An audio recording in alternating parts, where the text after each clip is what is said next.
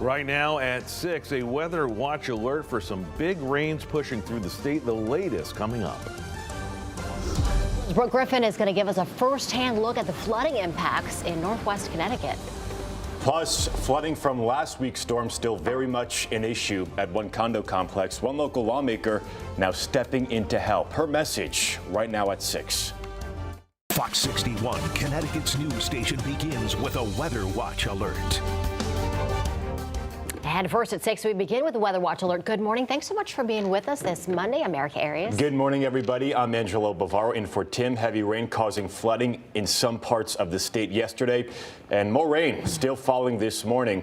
Meteorologist Matt Scott tracking all the conditions for us this morning. Matt, what is going on this morning? Well, we anticipated some big rain for the most part off towards the west. That's exactly what's coming into fruition this morning. We're looking at the potential for heavy rain and thunderstorms. It's going to be a little heavier in the morning, easing in the afternoon. And the concern is the flooding. Regular flooding and flash flooding due to heavy rain and heavy quick rain. We are dealing with flash flooding right now across Litchfield County. Till 8 o'clock this morning, we're seeing some bands of some areas of significant rain in addition to the big rains that we've already seen throughout your Sunday afternoon. Winchester, Winstead, down through Route 44, down into New Hartford, down Route 8 towards Torrington, take you over to just south of the capital city, Rocky Hill, down 91 to the 691 crossover, Route 66 pushing into Middletown, seeing some heavy rain as well. Watch the trend pushing off towards the north and east. So if you're watching us in Windham,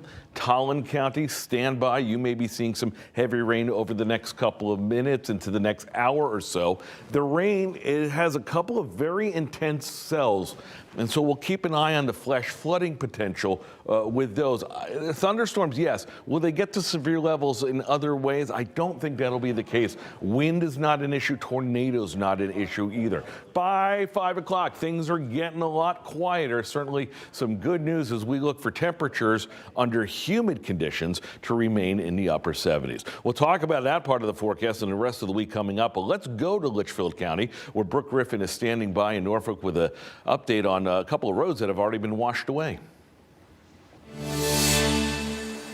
Yeah, absolutely. That's right. We do have 5 roads washed out so far at this point. Now, I do want to give you kind of a full disclosure here. We're still in the fire department this morning simply because in this part of the state, we really don't have a lot of service. So we can't really right now bring you to those places and that washout live just because we don't have the ability to. We are going to head out with firefighters here in a few minutes to get a look at that, though. We will have new video for you hopefully in the next hour or so. But right now we do know that there are 5 different roads that have been washed out, all of those really within a mile or 2 of each other here in this area of Norfolk. We are really experiencing some heavy rains yet again. They said that they got about 5 inches within an hour or 2 yesterday, and they tell me that that's actually the worst flooding they believe they've seen since about 2006. So this is definitely a big impact here in the Northwest Hills. A lot of roads washed out, a lot of private driveways and things washed out, kind of stranding people in their homes as of yesterday. They say this really started all around 1 o'clock yesterday, and that kind of just snowballed from there. So at this point, they are going to be sending firefighters out here shortly to start checking on people, checking on roads. The State Department of Transportation will also be in this area of Connecticut this morning, taking a look at what kind of damage has been done thus far. And we still have rain moving in. At this point, it's been heavily raining for the past hour or 2 here in this area. So as soon as we get a look at some of that damage, we will, of course, bring that out to you. We're going to work to get you as much of a look at that as we can, just as long as we are able to have that service. That cell service is definitely a struggle up here in this part of the state, but we will work to get you what we can. We're going to send it back to you, Lauren. All right, Brooke, thanks so much. Stay safe out there. And if you see any ponding on the roadways, turn around, go another route. We don't want anyone to get hurt out there or to have our car stuck either. Good morning to you, Brooke. Good morning, everyone. As Brooke was saying, up in the northwest corner of the state, we have a lot of road closures. But first, going to bring you down over to West Haven. We do have a crash over on I-95 on the northbound side, right between exits 43 and 44. As of a moment ago, the car was being towed. It looks as though it's getting put up onto the flatbed as of right now. It looked as though it was a spin out. It was just one car went into the guardrail. State police are on scene. The right lane is closed on that northbound side in West Haven right now. So just be mindful of that. If you are heading out the door, it should be wrapped up relatively shortly. So traffic should be moving with no delay in just about 10-15 minutes. We do have several road closures. First one over in Norfolk where Brook is right now. Route 272 is currently closed from Brewery Road to Route 263. This is because the street completely washed out, so the DOT website is saying. And then over in the Farmington area, Route 167 is currently closed because of flooding between Farmington Ave and Cedar Lane. And then over in the Route 63 area, the road is closed from Route 126 to Dean Street. This is because of flooding as well. There are a lot of localized back roads as well that have a lot of flooding on them. So just be mindful of that if you are heading out the door. We did have a crash on the southbound side of I-95 over in Milford. It was a car fire that just cleared about 5 minutes ago. We'll check back in on the roads coming up at 6:30. For now, Angelo, I'll send things over to you.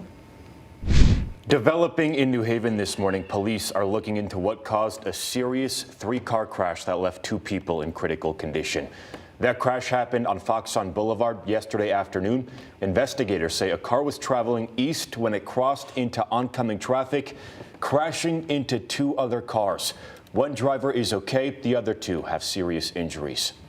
In Hartford this morning, a man in his 40s is recovering after being shot. Police say that happened near the intersection of Albany Avenue and Garden Street just before 6 p.m. last night. The victim was rushed to the hospital and is in stable condition. No word yet on any suspects or possible motives.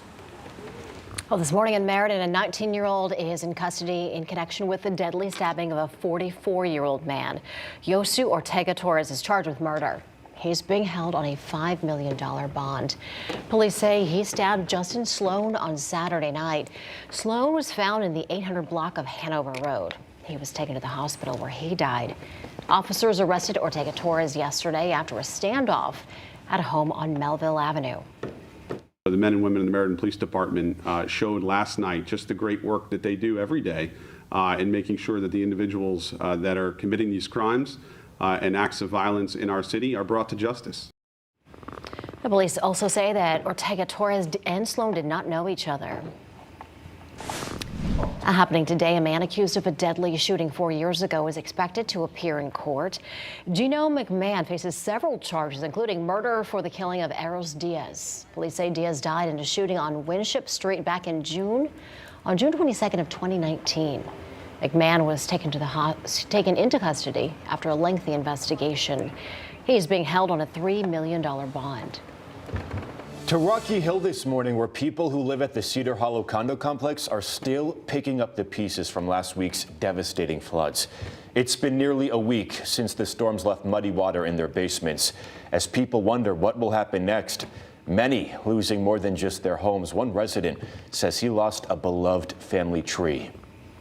My aunt recently died from COVID, and she built it, and she handed it off to me before she died. So it hurts. And my basement filled up in about 5 minutes, so I couldn't. Even if I wanted to save things, I couldn't because the electrical down there. State Rep Kerry Wood is now asking for community members to help the impacted residents.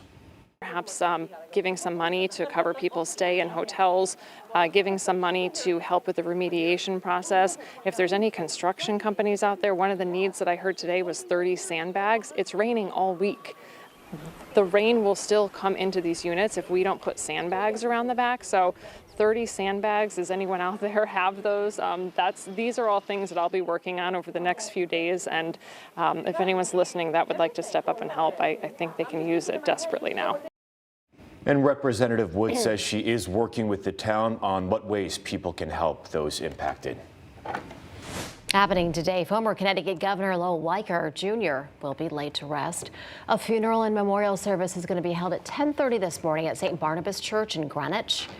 Governor Ned Lamont and former U.S. Senator Chris Dodd are among those who will give eulogies. After the service, there will be a gun salute, and then Weicker will be buried with military honors. Weicker died on June 29th after a brief illness. He was 92. And Fox 61 will be live in Greenwich later this morning with more on the services for Weicker. We'll also be streaming the services live on Fox 61 Plus and Fox 61's YouTube channel. Happening today at the state capitol, lawmakers and advocates are expected to talk about ways to improve kids' mental health.